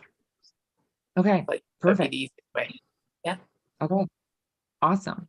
Thank you so much, ladies. Thank you, Holly. Okay. Thanks, Peter. Wonderful to have been able to spend some time with you, and we really appreciated being part of the virtual event as well as be in person. It's always so fun. I have so much fun, you guys. I'm so jealous. Well, I need to get some yarn to you. We're going to have to talk, my dear, because I keep looking at your amazing earrings and thinking about, like, for example, one of my cat colors, which got really well in crochet, and I'm like, oh, they would be so cute. I'm down for it. All right. Well, we'll talk. We will. We definitely will. Good night, ladies. Good night. See you this weekend. Thanks, everyone. Bye. Okay, our next guest is Kat, and I am so excited for Kat. Kat is just turning on her camera here. I'm excited for Kat to join us because Kat is not a yarn maker, but Kat is joining us for the Edmonton Fiber Frolic, and I feel like Kat has just as much in common with us as a yarn maker, because she's a true artisan. So passionate about what she does and passionate about doing it well in consideration of everyone along the chain of making an incredible cup of coffee. And when I say incredible cup of coffee, I mean like the best coffee that has ever crossed my lips. Oh, Thanks. That's really nice. Yeah, I was thinking about lots of the crossing paths between art and creativity and the coffee industry, and there's actually like quite a bit. So I'm excited to meet everybody and really engage with creative people, because I think the business approach and the steps that we've taken with our small coffee company, there's a lot of crossover, and just to be able to work with creative people is super encouraging for me as an entrepreneur and a businesswoman, and being in that same environment, I'm really, really looking forward to. So I appreciate the collaboration on this, Holly. Yeah. Yeah, absolutely. And this is the thing. Like it's not just that I was curious about your coffee and wanted to have you come on as a guest. You're Mhm. going to be at the Fiber Frolic. You're our coffee maker. You're going to be keeping us all alive and caffeinated while we're at the Fiber Frolic November 12 and 13. And I'm so excited. You're going to have like the handmade cafe lattes and all the beautiful stuff we can drink on site. And you're also, I believe, going to have like beautiful freshly roasted beans that we can take home. Yeah. Yeah. So tell us, because you started during the pandemic and you Mhm. were like, I'm going to do this right. I'm going to do right by the farmers, make sure that they don't have to worry about making ends meet. Tell us how Mhm. you got started, why you chose Guatemala. Take us back to the beginning. Sure. So for backstory and back context, my sister's been living and working over in Guatemala for the past 10 years, where she primarily works with Indigenous communities. She's doing her PhD research in gender and mining, so she travels all over Latin America, but got to work really closely with Felix Perron, who's now my business partner on the Guatemalan side of things.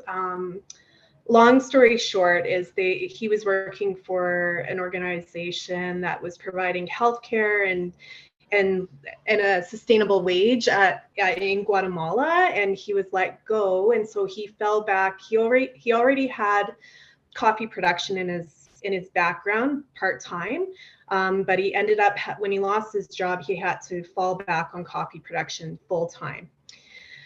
And I'm not talking about big plantation owners. I'm talking about smallhold coffee farmers that will subsidize their incomes with subsistence living or subsistence agriculture. So what we did back in 2015 is I was doing my master's and was doing a bunch of research on sustainability and the coffee value chain. And so I looked at all of Guatemala, all of the major pinpoints that stop coffee producers from generating income, and one of them was the land payments on acquiring land to do coffee production.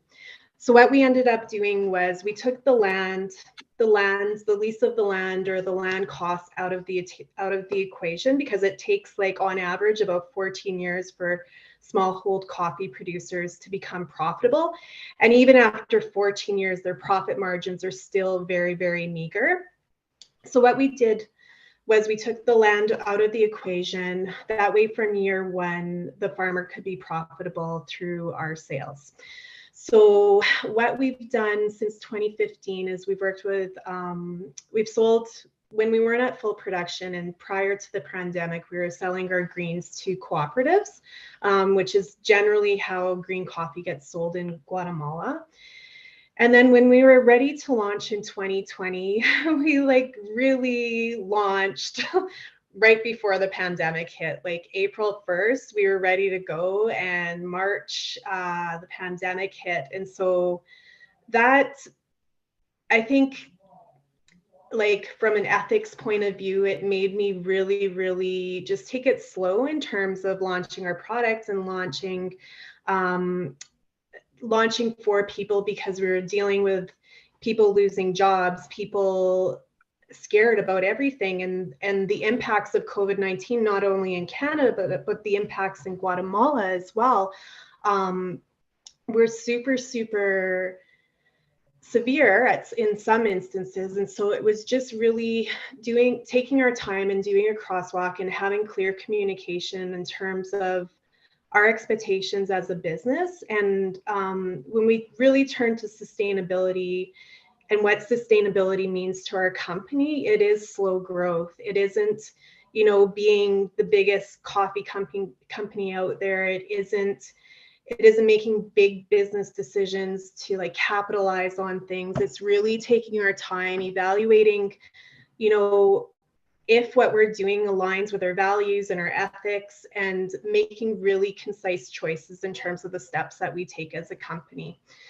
So what we've done on that end, on the Guatemala end, is we guarantee 20 quetzales, which translates into about, depending on the exchange rate, anywhere between 450 and 550 Canadian.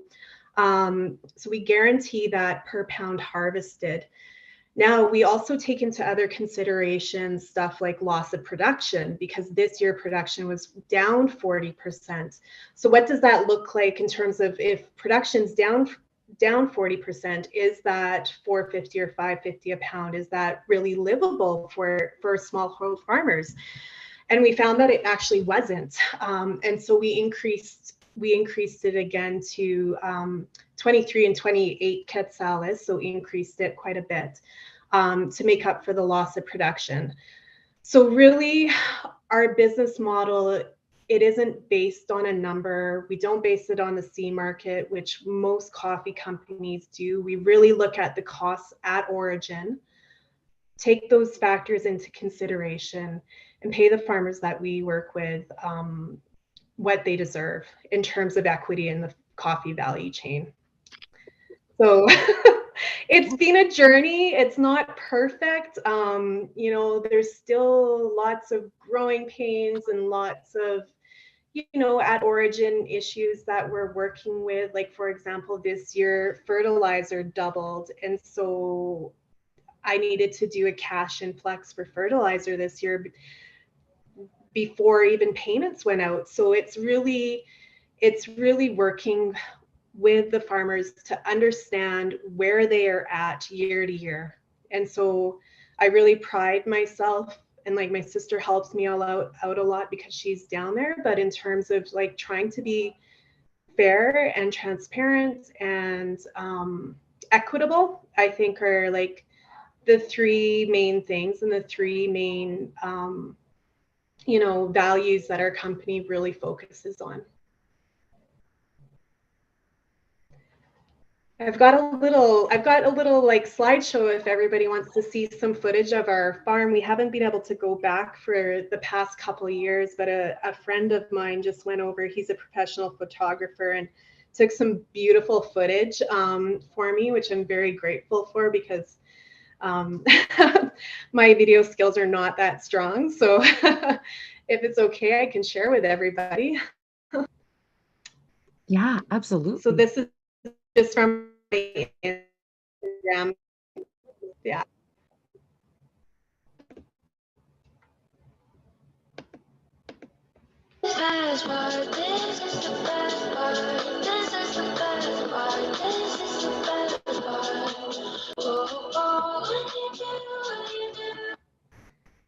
So I think this part of the post is super, super important, just because really what we're doing is we're not a big company, and have no intentions to be, but really, when it translates into fiber and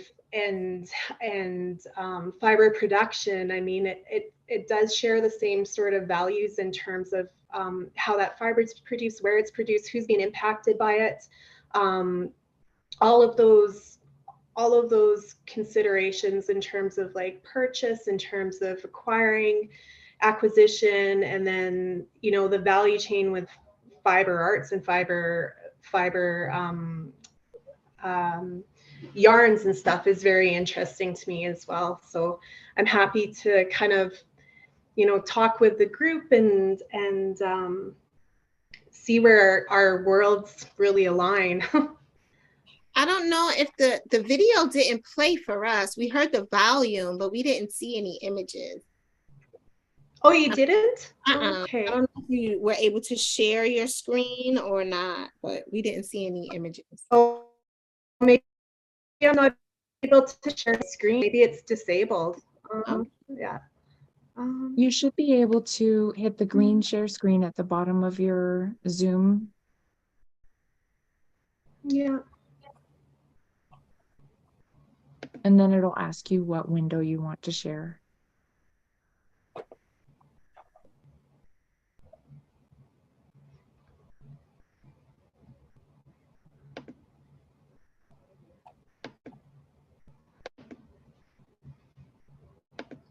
Can you see it now?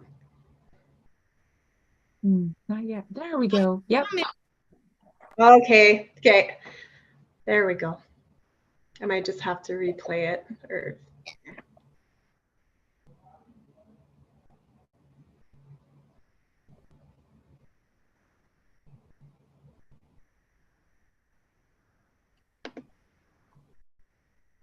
Okay, there we go.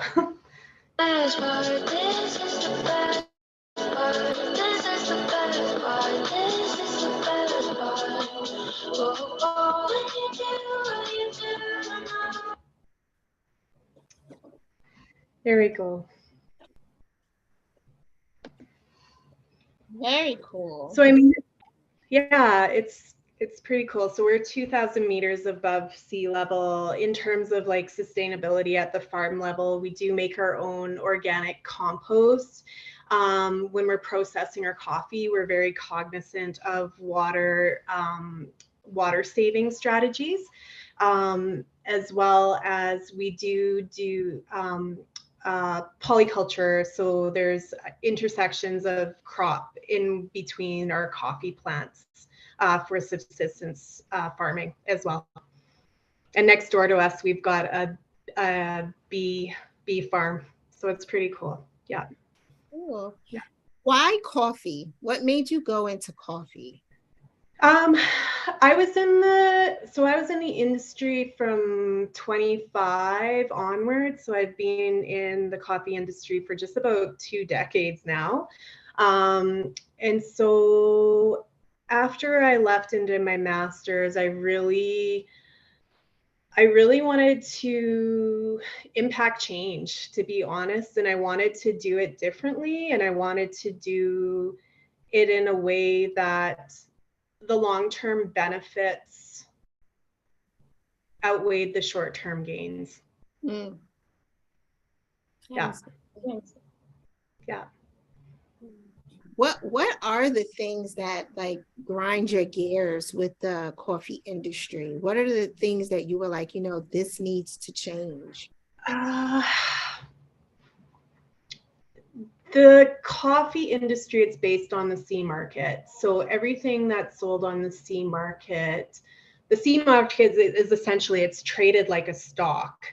Mm-hmm. So it fluctuates, there's no guarantees. And even the C market itself at, even if it averages $2, let's say globally, it's barely enough to cover costs for smallhold farmers in most instances. So they're already at a disadvantage at an unfair system.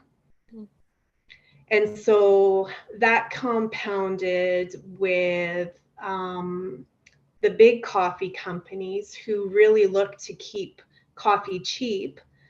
Mm-hmm. It's just a really, I found it to be like a very, it is like an uphill battle in a lot of instances in a lot of coffee producing companies. And so if I could be that change, even with one farmer, even in one region, even with a few farmers, I would rather take that road knowing that I'm hopefully making the industry better and challenging other coffee companies to do the same than just buying into the system. I love that. I love that. I think it's key to like be a change agent, but have a reason for it, you know, and knowing that there's longevity within that. And it's not always easy to be No. that person. You know, it definitely isn't easy. It's not the way to become a millionaire. It's not, you know. Yeah, no, it's not. It's Yeah, not. It's not.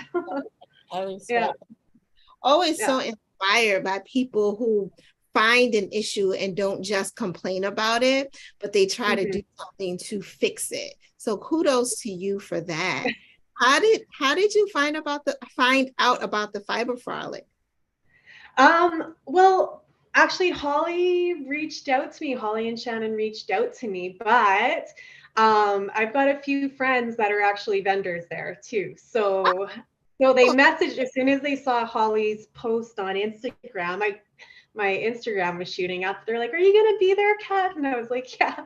So I'm really excited because I'm gonna reacquaint with some super creative friends of mine, and yeah, I'm just excited to make wonderful drinks for everybody too, because really, like, you know, that's the other part of it. I don't do this on a regular basis anymore, so when I do it, it's very special for me. So I'm excited. Yeah. That's cool because coffee is really important for us fiber artists.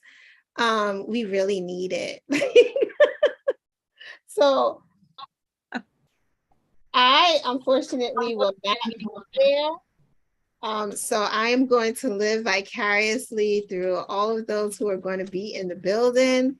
Y'all make sure y'all take pictures of the coffee and send it to me so I can look at it at least. What's your favorite coffee to make? Like, what's your favorite thing that you think everybody should at least try once in their lives?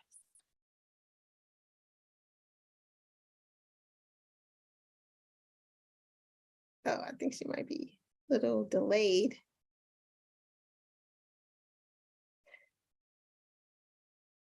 Oh no, we can't hear you. Once in a lifetime. Well, when I was in Brazil, coffee's awesome, but I don't know. Her connection might be a little messed up. Yeah. The doll head I'm making just rolled away.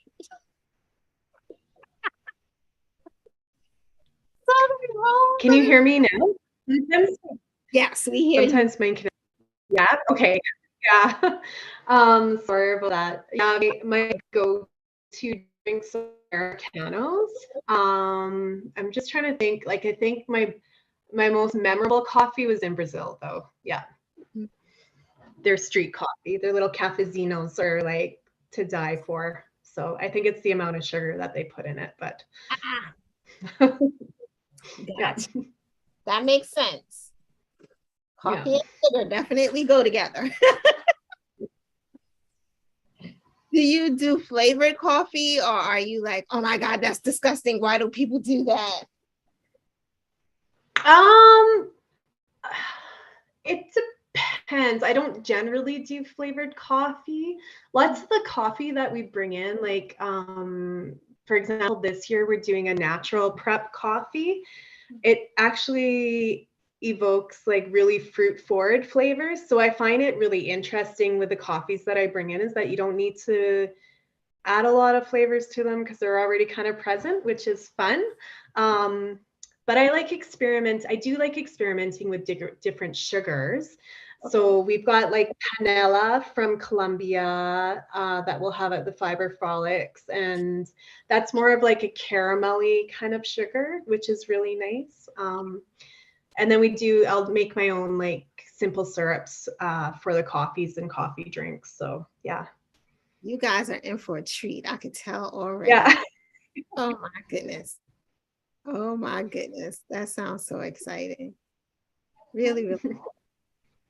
Yeah, like Shannon and I went out to meet Kat and just to, yeah, she made me just a simple little I think it was a latte.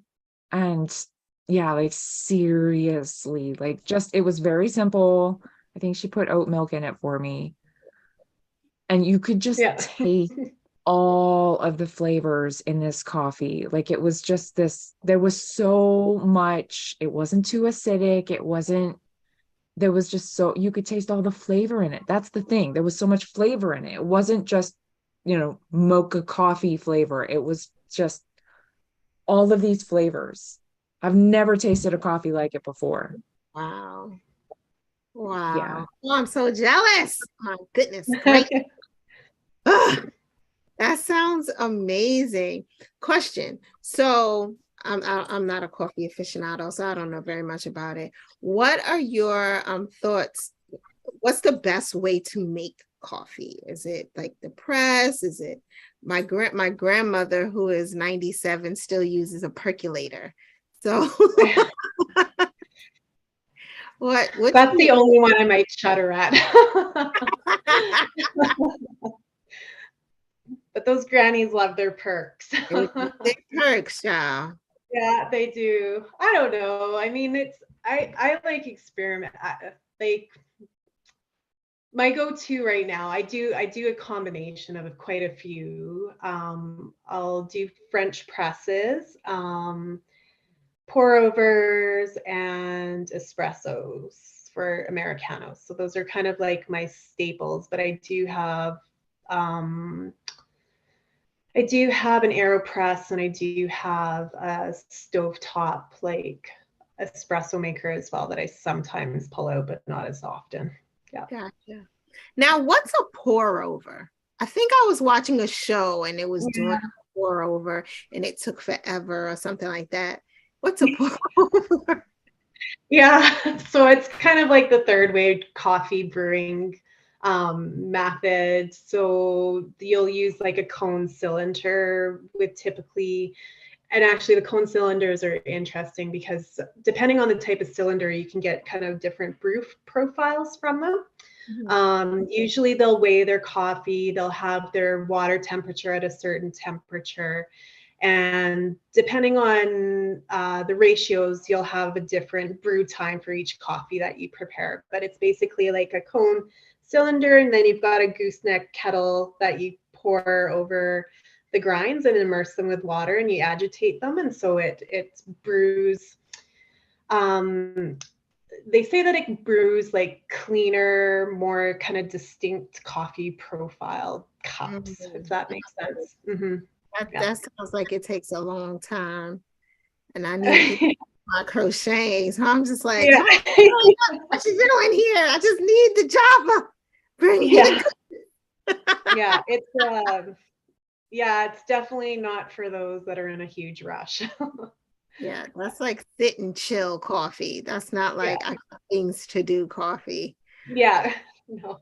Yeah, that's not to do coffee. That's so cool. Well, kudos to you. Really exciting. How do people get your coffee? Do you ship or? Yeah, I do. I'm on Instagram only. And so you can order same sort of thing. Just message me on Instagram. And I do ship across Canada. And I only do the Sherwood Park Farmers Market on Wednesday evenings.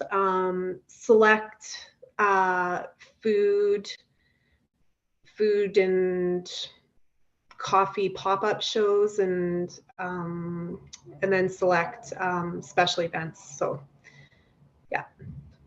Very nice. Like the Edmund Fiber Frolic. Yeah. Hey, that's awesome. Well, kudos to you. This is really, I've just been learning all week. So this is really educational.